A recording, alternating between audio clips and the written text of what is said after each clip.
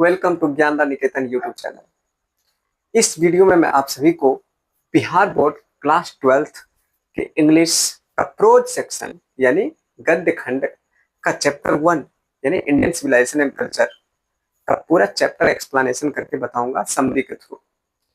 आप सभी को 10 से 12 मिनट के अंदर ये पूरा चैप्टर पूरी तरह से समझ में आ जाएगा, काफी ढंग से समझ में आ जाएगा, इसलिए लास्ट तक बने रहिए।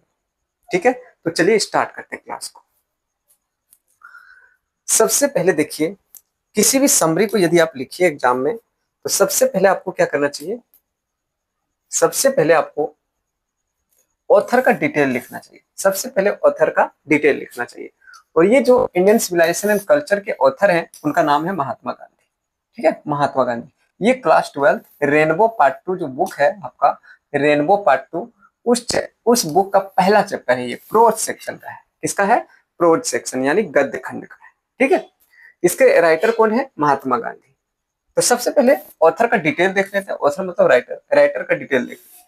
नाम क्या है? तो मोहनदास करमचंद गांधी, है ना। इनका जन्म कब हुआ था सभी को पता है, 2 अक्टूबर 1869 ईस्वी को पोरबंदर में हुआ था।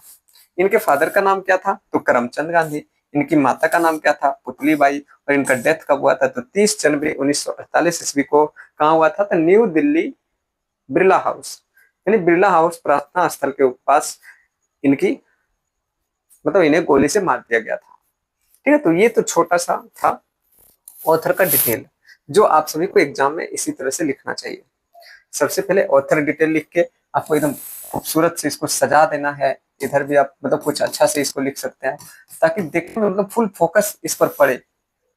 जो चेक करता है कॉपी उनका नजर इसके ऊपर पड़े कि आपने बहुत ही शानदार से लिखा है। इस तरह का ही स्टार्ट आपको देना है। ठीक है,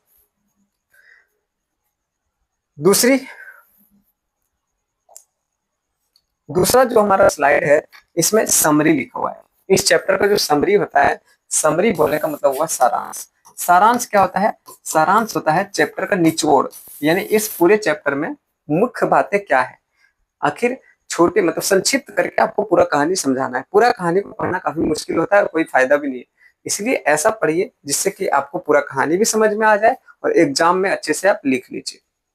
ठीक है, तो इसमें लिखा हुआ है, देखिए ये है इंडियन सिविलाइजेशन एंड कल्चर। आप इसको अंडरलाइन करके इन्वर्टेड कॉमा में रखिए ताकि ये ज्यादा अच्छे से दिखे। जब भी हमें किसी का शीर्षक लिखना होता है, टाइटल लिखना होता है, तो हमें उसे इन्वर्टेड कॉमा में ही रखना होता है।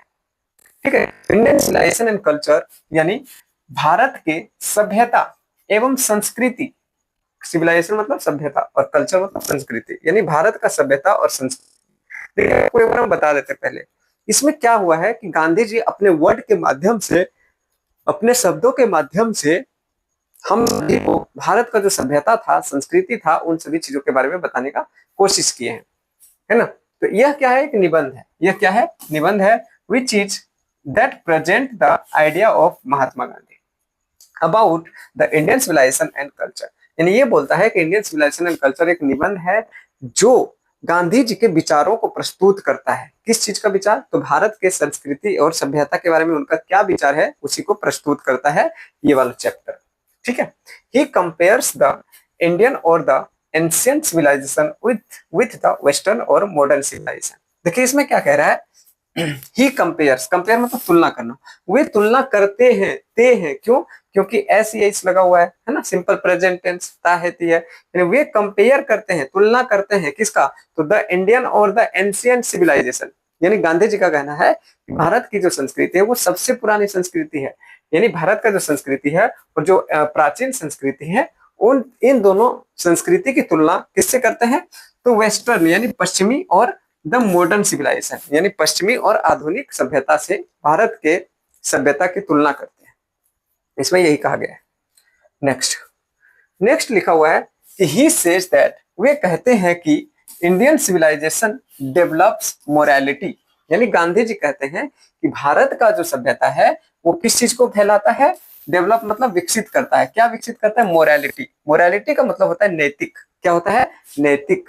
लास्ट में, पीडीएफ के लास्ट में एक ऐसा स्लाइड रहेगा जिसमें आपको इस चैप्टर से संबंधित जितने भी हार्ड वर्ड्स हैं सभी के हिंदी मीनिंग दिया गया है। ठीक है, तो इसमें कह रहा है कि इस ऐसे के माध्यम से हमें क्या कहते हैं कि भारत का जो संस्कृति है, सभ्यता, वो क्या करता है, नैतिकता को फैलाता है, वाइल यानी जबकि other civilisation of the world, other civilisation of the world spread immorality.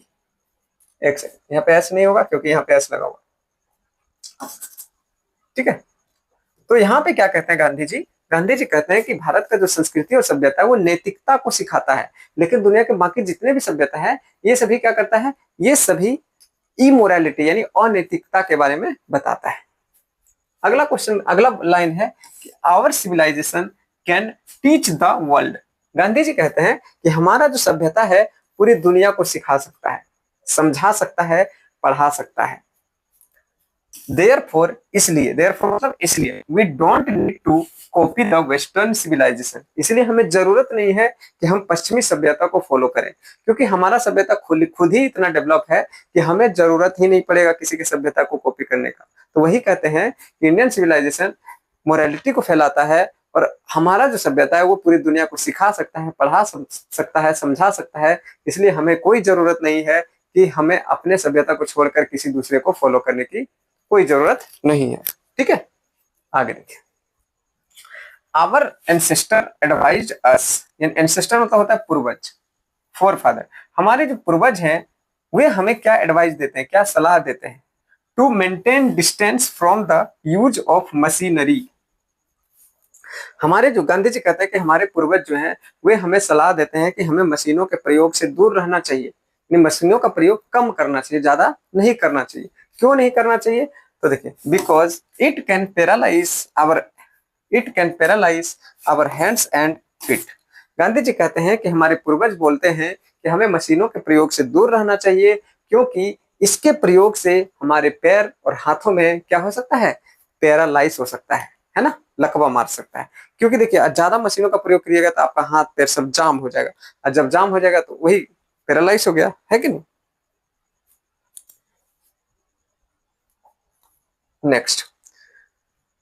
Next and last slide देखिए, इसमें क्या लिखा हुआ है, they suggested our want to lead a happy life, यानी हमारे पूर्वज और गांधी जी हमें सजेस्ट करते हैं, हमें सलाह देते हैं कि हम सभी को एक खुशी का सुखमय जीवन नेतृत्व करना है ना, हमें वस्तुओं की पूजा नहीं करना है।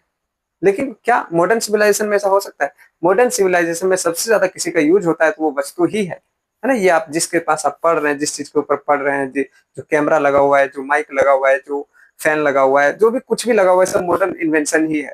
तो गांधी जी हमें बोलते हैं कि इनके प्रयोगों से हमें क्या करना चाहिए, दूर रहना चाहिए, या फिर हमारे पूर्वज भी ऐसा बात बोलते हैं, ठीक है। लेकिन देखिए, सिविलाइजेशन के टाइम के अकॉर्डिंग हम सभी को चेंज होना होता है, तो यहाँ भी चेंज हुए हम लोग।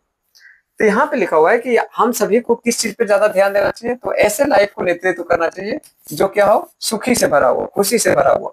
ही says our civilisation is still alive, यानी गांधी जी कहते हैं कि हमारा जो सभ्यता है अभी भी जीवित है, क्या है, अभी भी जीवित है, while other civilisation of the world have ended, जबकि दुनिया के बाकी जितने भी सभ्यता है सब क्या हो चुका है, समाप्त हो चुका है। हमारा जो प्राचीन सभ्यता था वो अभी भी चल रहा है, लेकिन दुनिया में बाकी जो सभ्यता था, पुराना सभ्यता, सब क्या हो गया था, समाप्त हो गया था।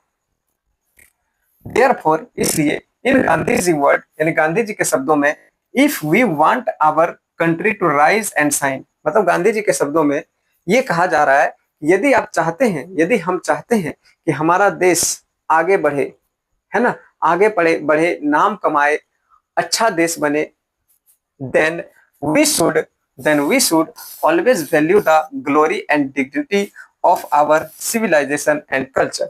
गांधी जी का सीधा सीधी कहना है कि यदि आप चाहते हैं कि आपका देश आगे बढ़े, दुनिया में नाम हो, तो आपको अपना ही सभ्यता फॉलो करना चाहिए, अपने ही सभ्यता का महिमा और गरिमा का ख्याल रखना चाहिए।